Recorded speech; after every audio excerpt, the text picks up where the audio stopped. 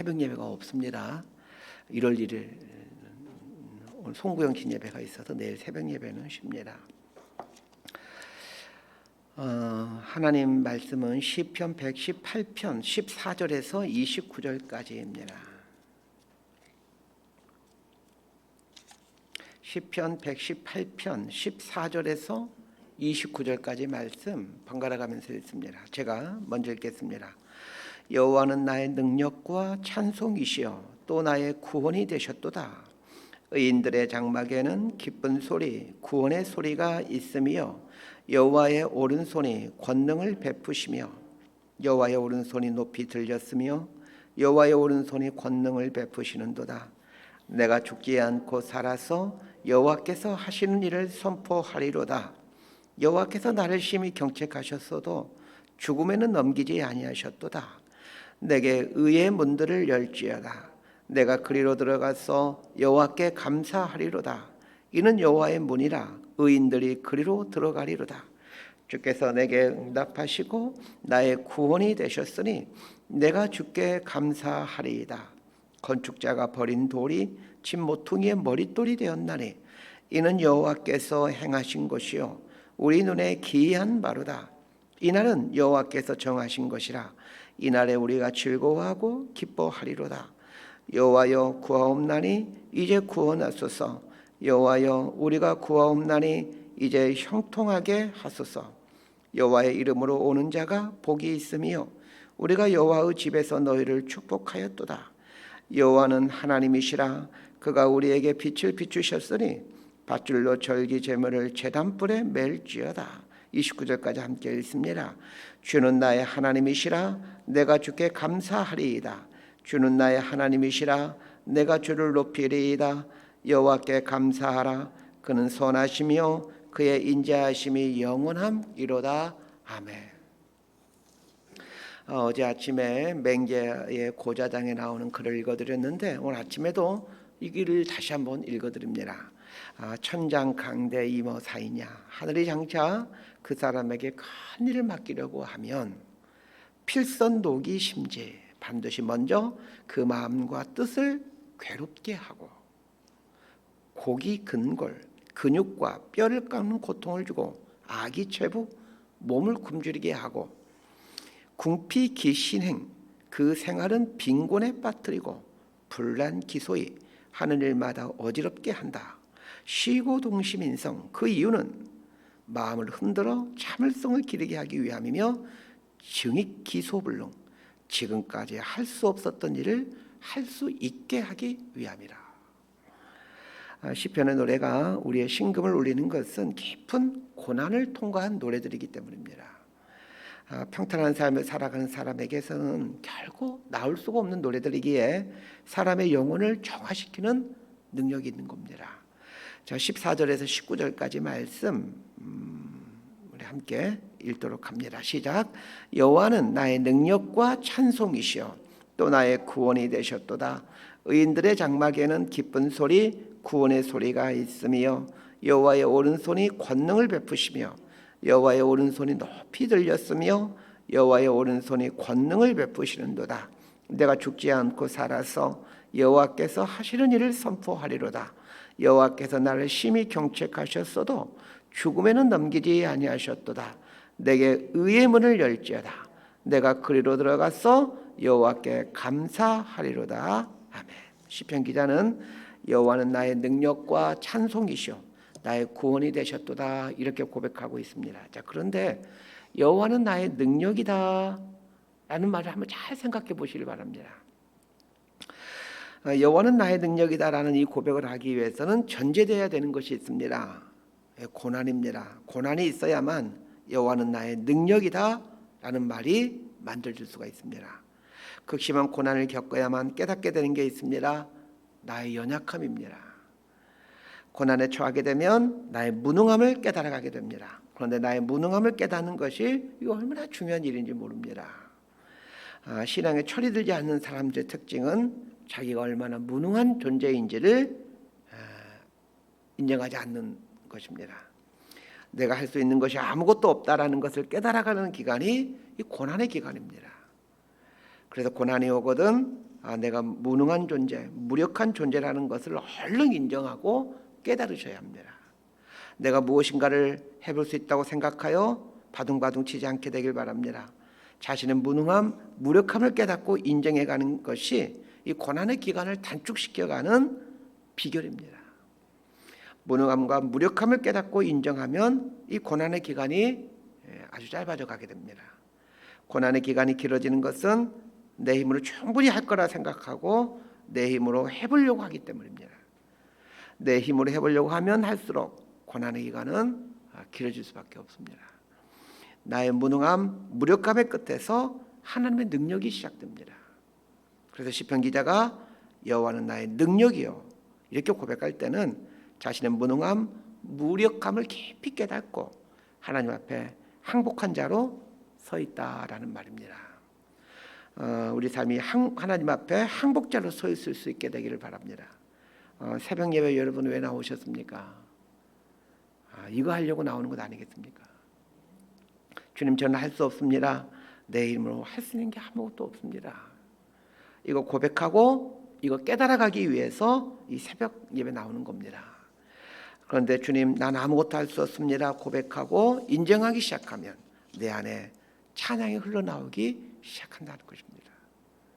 내가 힘이 있을 때는 찬양이 흘러나오질 않습니다.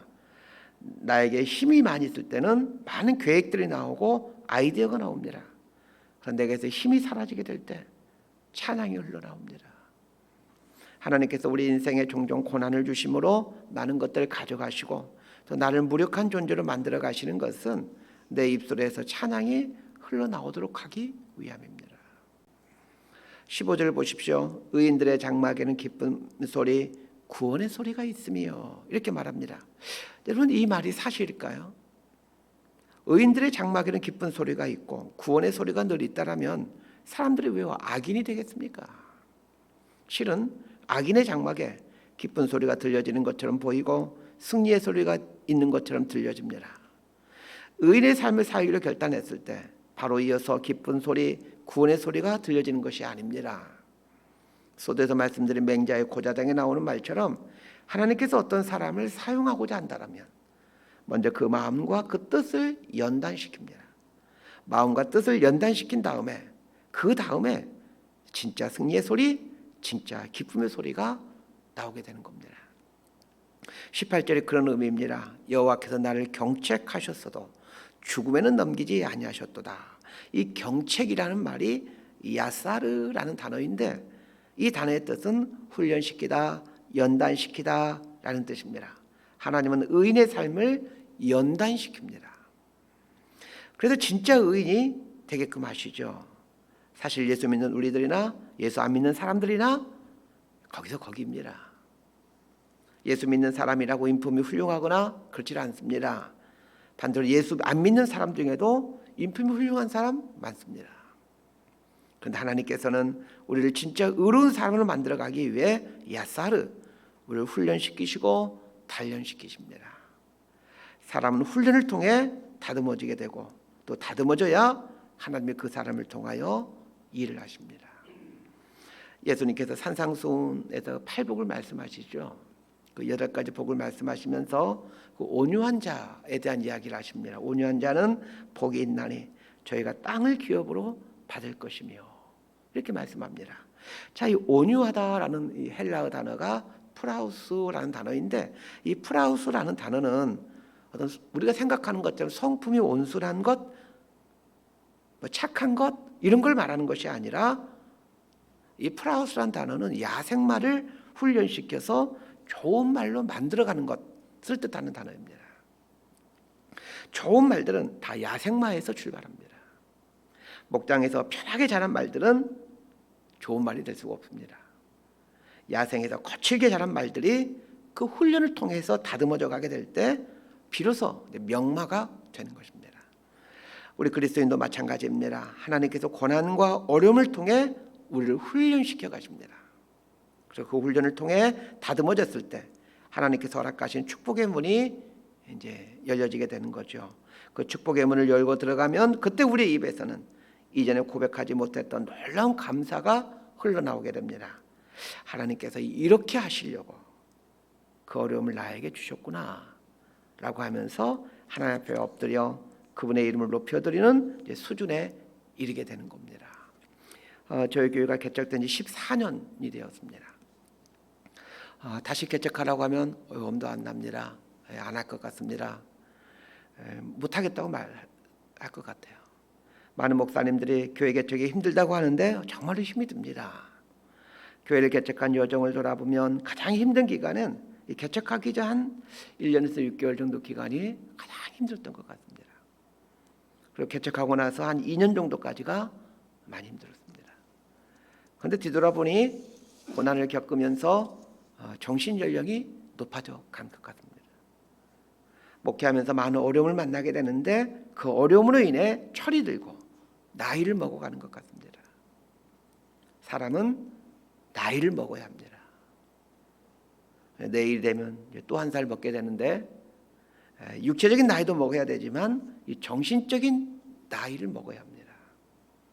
그런데 정신적인 나이는 시간이 지난다고 먹어지는 것이 아니고 고난을 겪으면서 먹어갑니다.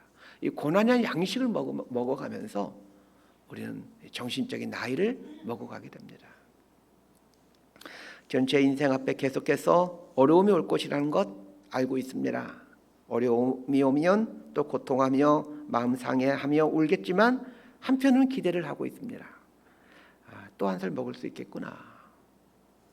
고난의 끝에는 반드시 의의 문, 축복의 문이 놓여 있습니다. 그렇게 하심으로 하나님은 당신의 자녀들 계속해서 고난을 이겨낼 수 있는 힘을 주십니다. 우리 나이가 먹고 어른이 되게 되면 어떤 어려움을 이겨낼 수 있는 힘이 생기잖아요. 그런 것처럼 이 정신적인 나이도 먹게 되면 그 고난을 이겨낼 수 있는 힘이 생겨나게 됩니다. 맞아, 지난번 어려움을 통해서 내가 많이 성장했지, 하나님이 축복해 주셨지, 그걸 깨닫게 함으로 다음번에 올 고난을 준비하게 하고 고난이 올 때 견뎌낼 수 있는 힘을 갖도록 해줍니다.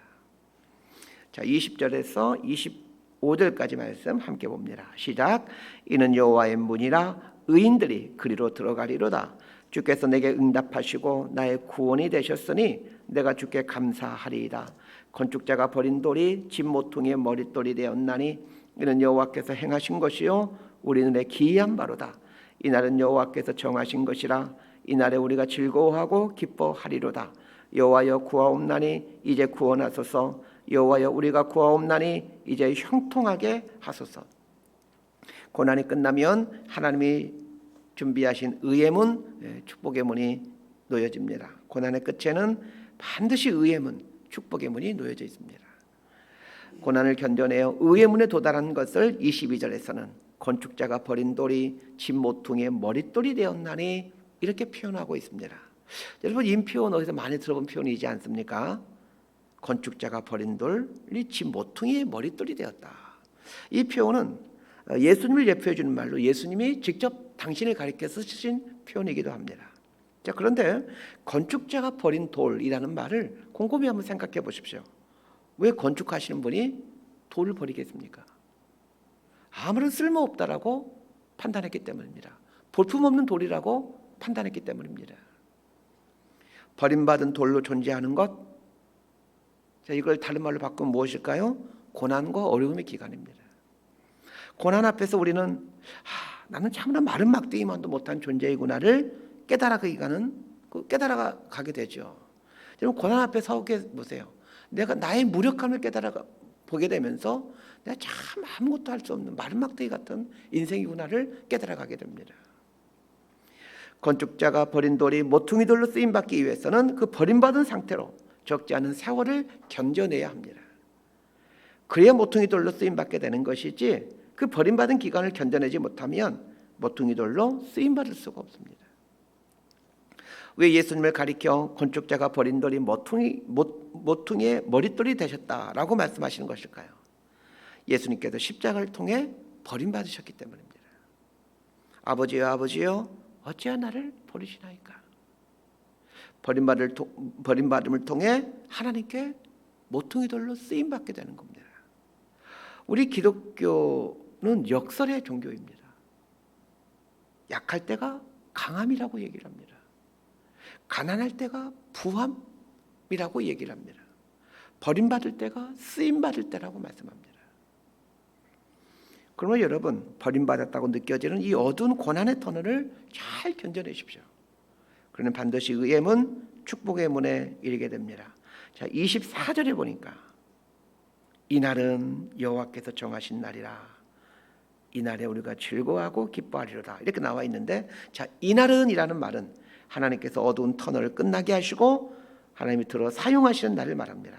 자, 그런데 그날이 언제인지를 누가 정해 놓으셨다고요? 하나님께서 정해 놓으셨습니다. 그날이 언제인지는 알지 못합니다. 그러나 그날은 반드시 우리에게 와서 이제 이 날이 되게끔 하십니다. 하나님의 이런 놀라운 섭리를 경험하면 어떻게 됩니까? 25절 보세요. 여호와여 구하옵나니 이제 구원하소서. 여호와여 우리가 구하옵나니 이제 형통하게 하소서라고 구하게 됩니다. 자, 아니 하나님께서 고난에서 건져주셔서 의의 문, 축복의 문에 이르게 하셨는데 왜 시인은 구원해달라고, 왜 형통케 해달라고 간구하고 있는 것입니까? 자, 이 말은 하나님께서 지난날의 어려움에서 건져주셨으니 앞으로 올 어려움 앞에서는 믿음으로 하나님의 형통케 하심을 바라게 된다, 이런 뜻입니다.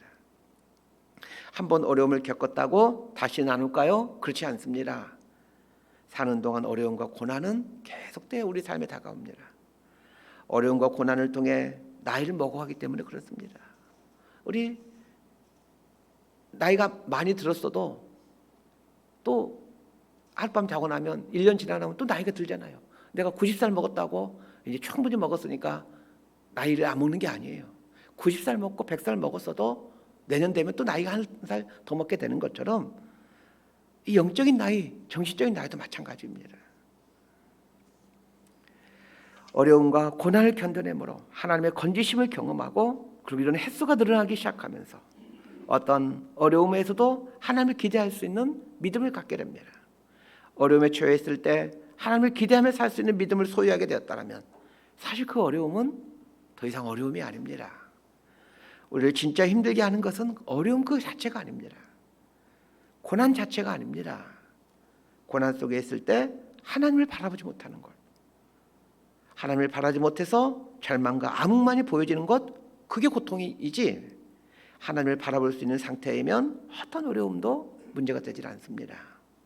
아무리 고난이 커도 하나님을 바라볼 수 있다면 고통은 아주 작게 느껴집니다. 하나님을 신앙하는 삶이 주는 유익이 이런 것 아니겠습니까? 말씀 정리합니다. 모든 그리스도인에게 이 고난이 있습니다. 특히 하나님께서 크게 사용하고자 하는 사람에게는 반드시 고난을 주십니다. 고난을 통해서 어른이 되어 가기 때문입니다.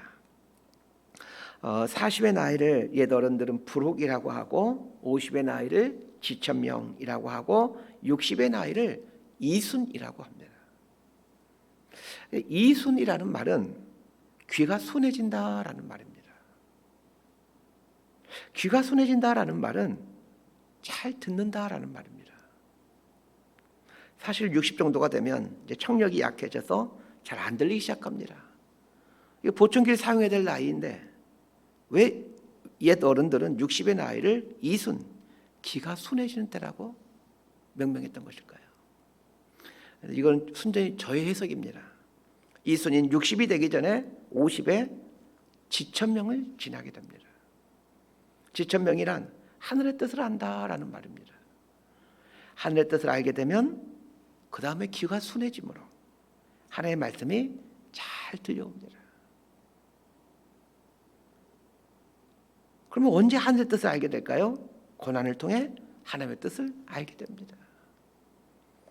그리고 하나님의 뜻을 알게 되면 마음이 순해져서 하나님의 뜻에 순종해가게 됩니다. 하나님을 향해 구원이요, 찬송이요, 능력이라고 전인격으로 고백할 수 있기 위해서는 그 전에 어떤 과정을 거쳐야 했는지를 잘 보시길 바랍니다. 고난에서 건진받는 경험들이 많으면 많을수록 우리는 신앙의 거장이 되어갑니다. 또 하나 기억해야 될 것이 있습니다. 우리 앞에는 아직 고난이 끝나지 않았습니다. 왜냐하면 하나님께서 우리를 더 성장시켜서 우리를 온전하게 만들어 가시고자 하시기 때문입니다. 그래서 고난받을 준비를 하시길 바랍니다. 그런데 너무 무서워하지 마세요. 고난보다 더 크신 분이 하나님이십니다. 고난 중에도 하나님을 보고 있다라면 고난은 있을지언정 고통은 이겨낼 수 있습니다. 고난이 힘든 것이 아니라 절망이 힘이 드는 것입니다. 하나님을 바라보십시다. 그럼 머지않아 저와 여러분의 입에서는 여호와는 나의 능력이시오, 찬송이시오, 구원이시오. 오늘 본문에 나오는 이 시인처럼 이런 고백들이 흘러나오게 됩니다. 입술에서뿐만 아니라 우리의 인격으로도 이런 고백들을 만들어낼 수가 있습니다. 이런 복을 누려가는 저와 여러분의 삶이 되기를 진심으로 소망하고 축복합니다. 기도하겠습니다. 하나님 아버지, 고난이 없기를 구했으나 하나님은 고난을 주심으로 우리를 다듬어 가시고 고난을 통해 어른으로 만들어가고 있음을 압니다. 지난 인생을 돌아보니 많은 어려움을 통해 신앙의 나이를 먹게 하셨다는 걸 알게 되고 고난을 통해 하나님을 의지하는 법을 배우게 해주셨다는 것 알게 됩니다. 우리 남은 인생에도 여전히 하나님께서 예비하신 고난이 있을 줄로 압니다. 그러나 우리를 끔찍히 사랑하신 하나님이 예비하신 고난이기에 어떠한 고난 앞에서도 그 크신 하나님을 바라보는, 그래서 고난 속에서도 그 구원의 하나님을 노래하는 성숙한 그리스도인이 되어갈 수 있도록 은총을 내려 주옵소서. 예수님 이름으로 기도드리옵나이다. 아멘.